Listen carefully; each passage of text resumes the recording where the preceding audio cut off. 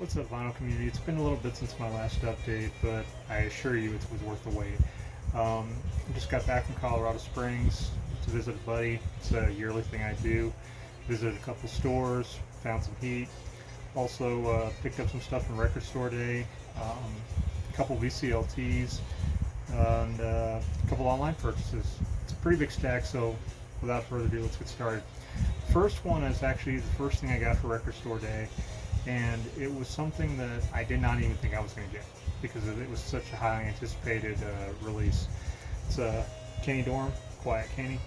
I ended up picking this one up actually the day after Record Store Day at a store local to me, and I had already purchased this album through a store in Arizona, which they hadn't shipped it yet. So when I acquired this one, put the feelers out to see if anybody else needed a copy, and Jason at the Jazz Basement reached out to me, and but as you know, when it gets here, it'll be on its way to you. So again, I'm glad I was able to help you out, man.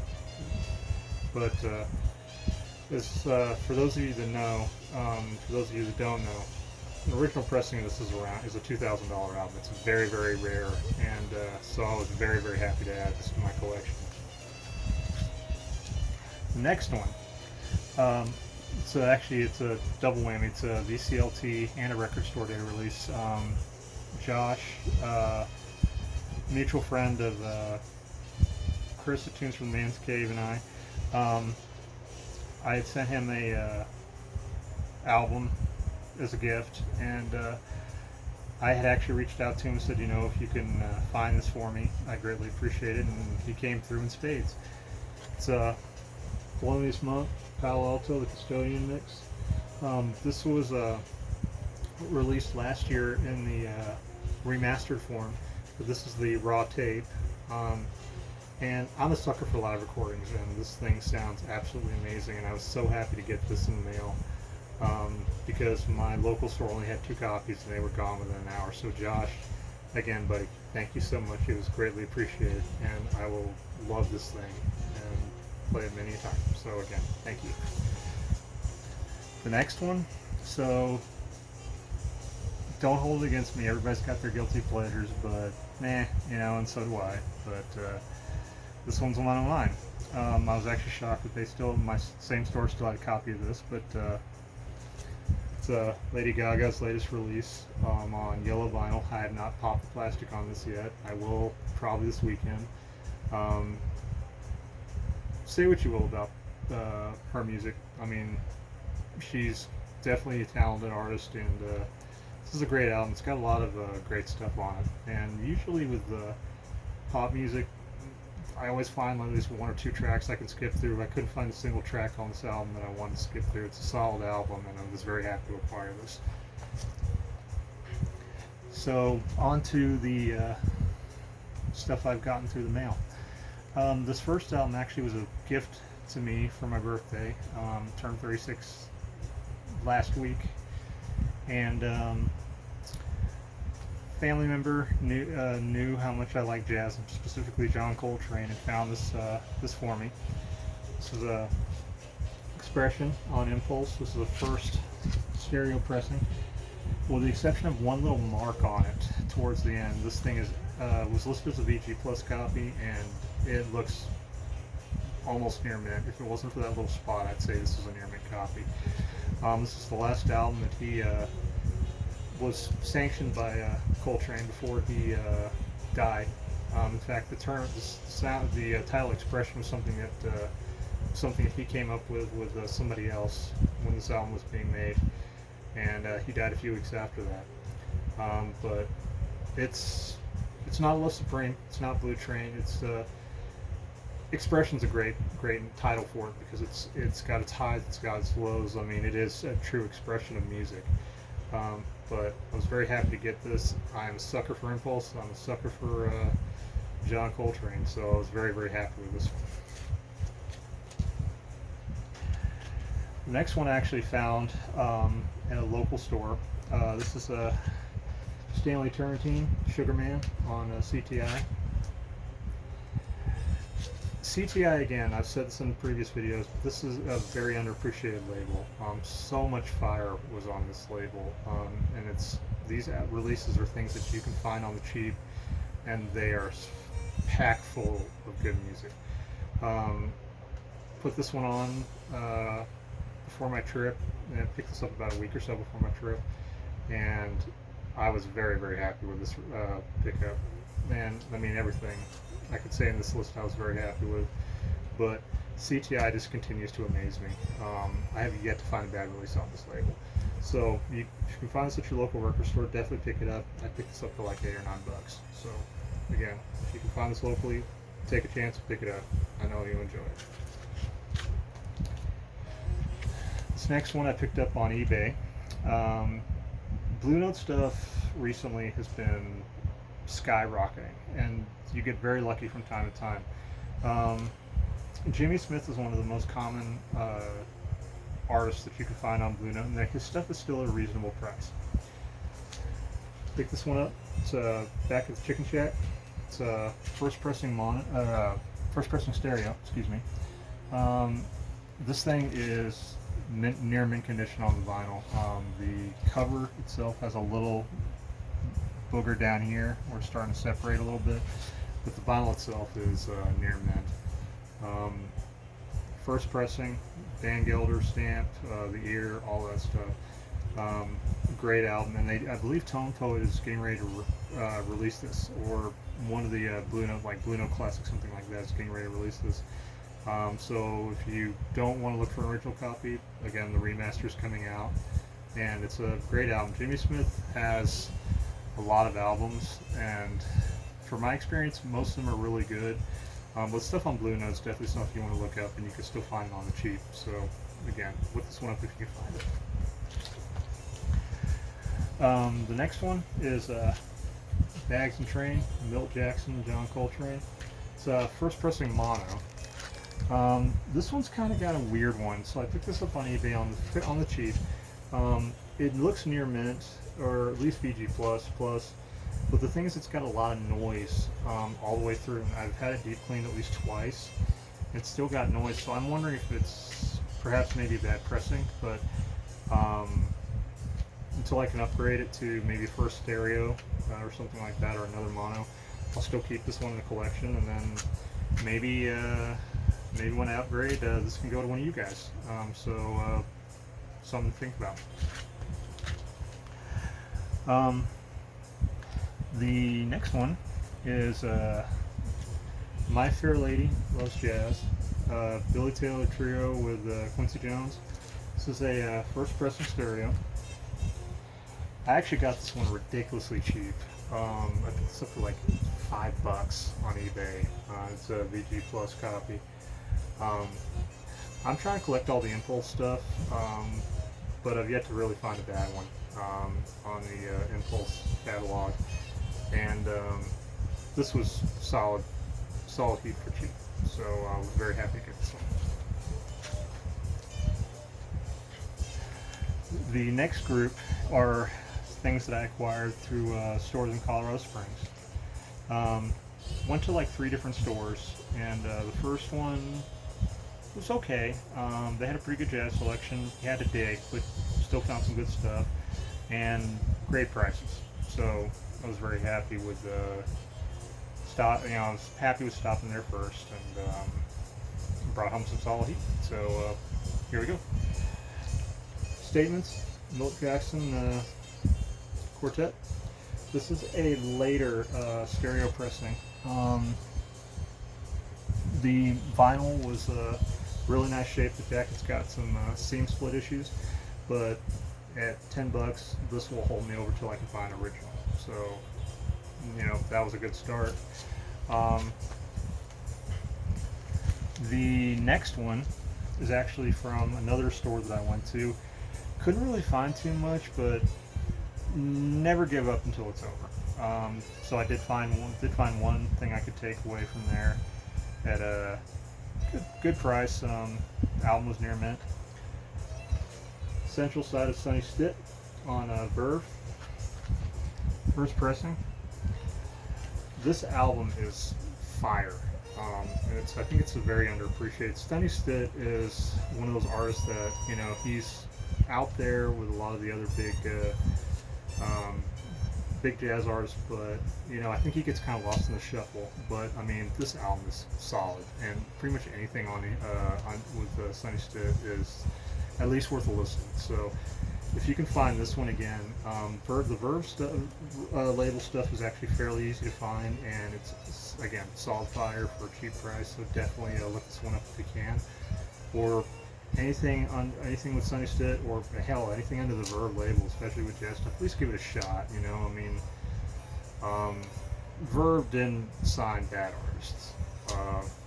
Hell, they can say about that about any of the major record labels at the time.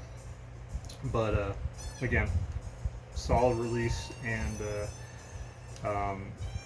definitely look this one up if you can. And I mean, usually you can find this for like 10, 12, maybe 14 bucks. I think I paid 12 for this one. This one's a near mint copy. So again, solid fire, cheap price. The next one is Kenny Burrell, God Bless the Child. Again, CTI makes the cut again. Solid release.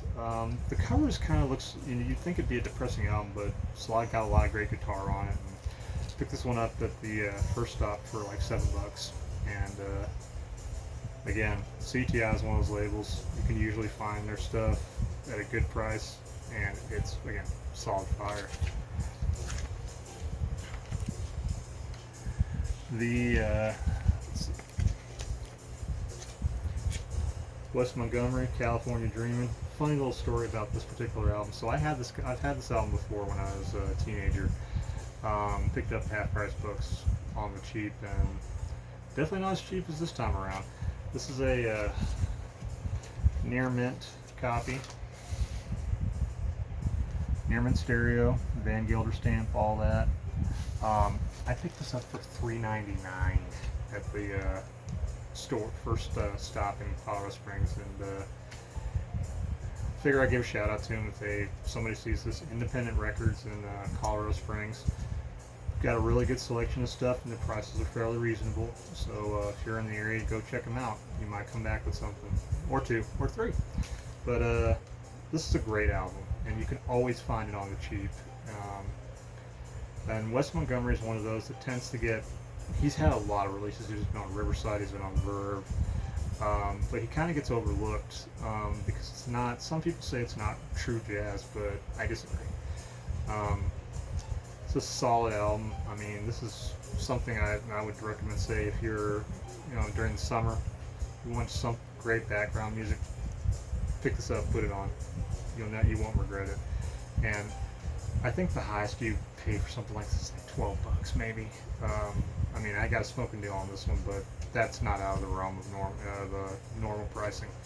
So again, definitely look this one up if you can. Like I said, Verve, you can't go wrong with most of their stuff.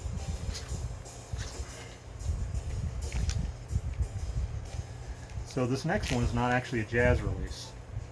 This is a Public Nuisance, Gotta Survive. This is on Third Man Records, Jack White's label. Picked this up at one of the stores there. I knew of it when I found it. It's got sort of it's a garage band. Velvet, it sort of sounds a little bit like Velvet Underground and a few other bands. But I mean, this is a great album, and I'm surprised it's not more popular in the record collecting community. But you should be able to find this one new pretty cheap. I think I paid $10 for this one. This is an near mint. So again, if you can find it, definitely pick it up or give it a shot.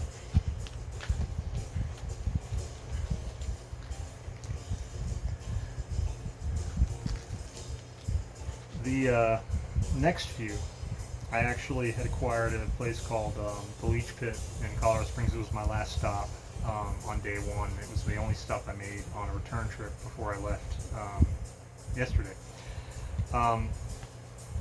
They're not truly a record store.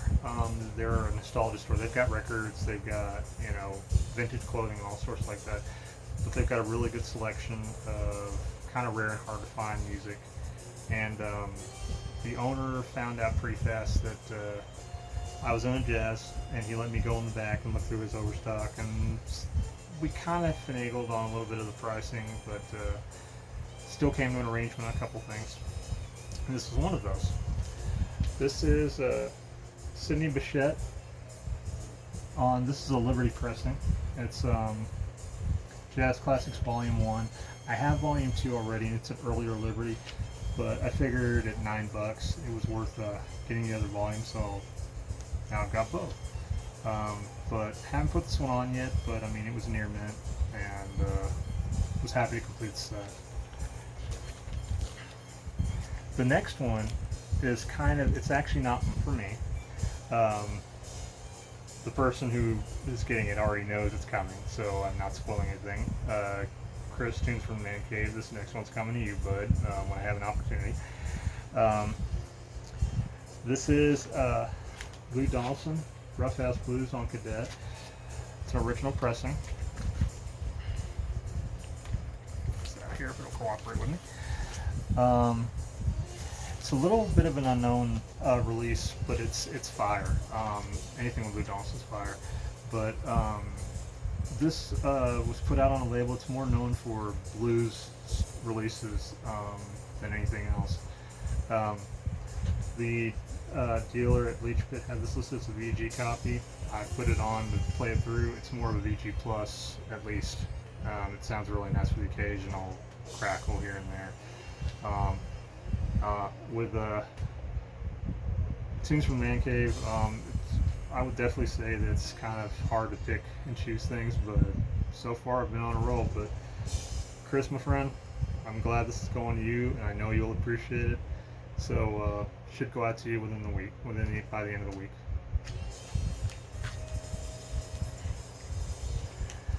Next one, man, Verve just is making the list over and over again. This is a Kai Winding, Dirty Dog, very, very underappreciated release.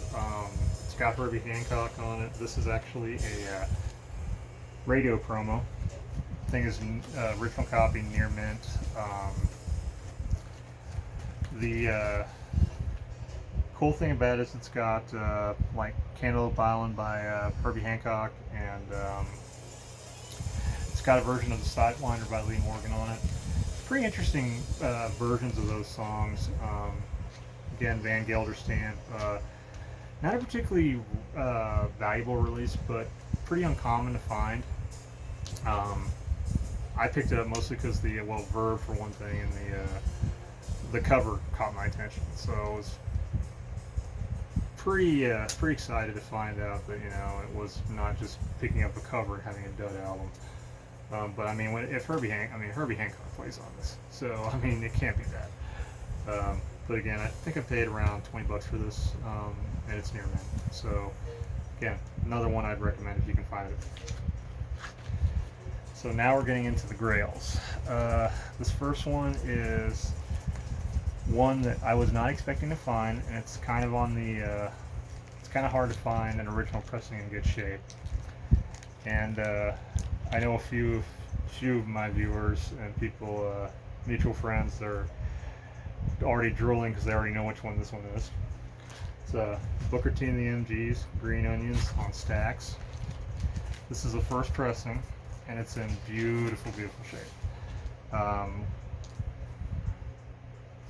Again, it's really, really hard to come across one of these in that kind of condition. Usually they are beat to crap. Also thought it was really cool. It's got the original sticker from when it was purchased, $286. So it's kind of cool, but was really, really excited to find this. I'm planning on putting on the turntable later tonight. I know, like I said, there's a few people that are drooling over this one. Maybe down the line, if I ever get tired of it, we'll talk. But for now, it's staying in the collection. But this one I got for around $45, $50, something like that. But the second I pulled it, I was excited. So I'm glad this one made it home. The next one Now, believe me when I tell you this, it's a very, very hard one to find to start with, and the fact that I walked into a shop and found this, I would have never expected. John Wright Trio, Southside Soul. This is an original mono, first pressing. I mean, it's not perfect. It was listed as a VG plus.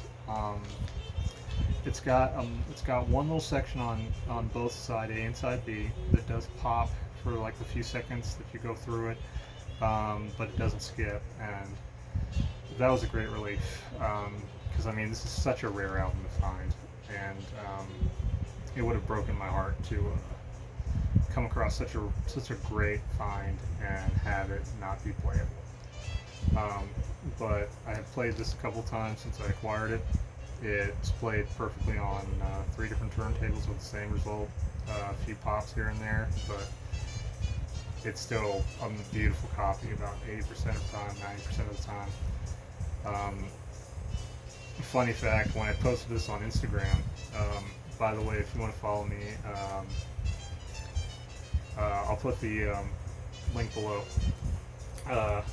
I had people direct messaging me asking where this was, and I already made up my mind I was going to buy it. So I kind of had to tell them, unfortunately, it's spoken for. And as you can see, it's spoken for. And I was very, very excited about this. This is definitely one of my best finds of the year so far. And it's definitely going to be making it into a future video for sure. And one final note, they do have a reissue of this. If you if you don't want to tear your hair out looking for an original, go look for the original, or the reissue of this album. It's a freaking fantastic album, and it's worth every penny. I actually got this at the low price of $50. It was originally $150. Had some trade-in credit. Worked with a guy and took this home with me. So again, happy as can be, and she's got a nice new home. This one is actually a acquisition off of eBay right before I left for my trip. This one actually might be going to a new home shortly. This is it might as well be spring, High Quebec. This is a kind of a sleeper release, in the sense that if you look at it, first pressing stereo, right? Not so fast. It's actually a very, very early Liberty pressing. Now, if you look at it, everything on it appears right. It's got the stereo, the Van Gelder stamp, the whole deal. The only thing it's missing is it's missing the Plastilite P, or the ear, as collectors in the jazz world like to call it. But if you look at it, unless you knew what you were looking for, you wouldn't have been able to tell that this is a very early repress. After a little bit of negotiating with the original seller, we came to an arrangement and got to acquire this one. Like I said, it's most likely getting ready to have a new home, because there's somebody else in the vinyl community that really would appreciate a little bit more than me. Reached a fair price on it, so in the next couple weeks it may be shown again in another video. So we'll see, but for now, I'll give it a couple spins, give it a little bit of enjoyment, and send it on its way.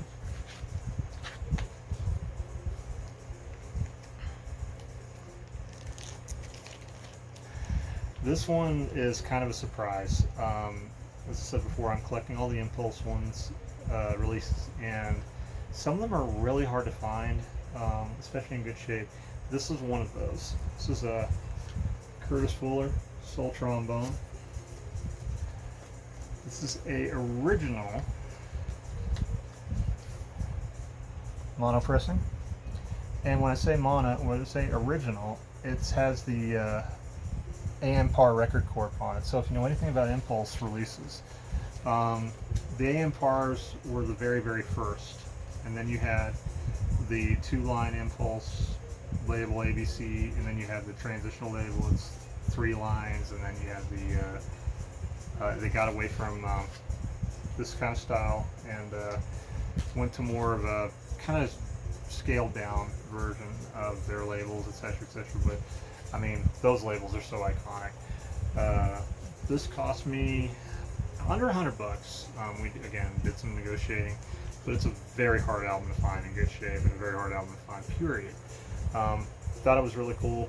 Original suggested list price was $4.98, and their store's price was $2.49. Wish I paid that, but unfortunately I didn't. But I'm really excited to put this on, give this a good deep clean, put it on, and enjoy it. And that's another one scratched off the list. The last two came from a good friend of mine from the vinyl community, Jason at the Jazz Basement. If you don't follow him, definitely follow him. Again, I'll put the link below. Solid guy, awesome dude, and a wealth of knowledge. And he's fairly new to the YouTube community, but his videos are great. He's got a great video about identifying blue note pressings and stuff like that. Definitely look him up and give him a subscribe, because he's got some great stuff. But he had this up for sale, and picked it up from him. This is a Horace Silver Quintet, Blowing the Blues Away. This is a first mono. Beautiful shape. Really happy to have this one. And I'm a sucker for Horace Silver, and looking forward to putting this one on. The final one was actually a gift from Jason, VCLT. So again, buddy, thank you for doing this, and I hope that what I'm sending your way is a way of saying thank you. Thelonious Monk Quartet, Monk's Music. This is a second pressing. To say that I was excited about this is an understatement. When I first started posting, I did the Jazz Vinyl Tech 2021. At Chris at Tunes from the Man Cave, I said that I didn't have any Thelonious Monk on Riverside, and I was working on it. Jason took it upon himself to rectify that, and Jason, my friend, I am thankful beyond words, and I hope, like I said, I hope that what I'm sending you is a nice return of the gratitude. Jason had upgraded his copy and sent me this one, and this was the release I was hoping to find. My grail is Brilliant Corners. That's one I'm still looking for. Had a couple opportunities, but so far I've missed out. But you know, the night is still young, the year's only halfway over, so we'll see what happens. But again, Jason, again, thank you, my friend. I am so excited about this, and this one's next on the platter for sure. So with that being said, that's it for this update. Hope you guys enjoyed. Again, if you like what you see, click like and subscribe. Again, follow Jason at the Jazz Basement, and just keep looking out for updates. I'm going to try to do more of these as time goes on. It's a pretty big update, so it's going to take me time to come up with some new stuff, but I'm always working on it. So again, hope you guys liked it and liked what you saw, and we'll see you guys next time.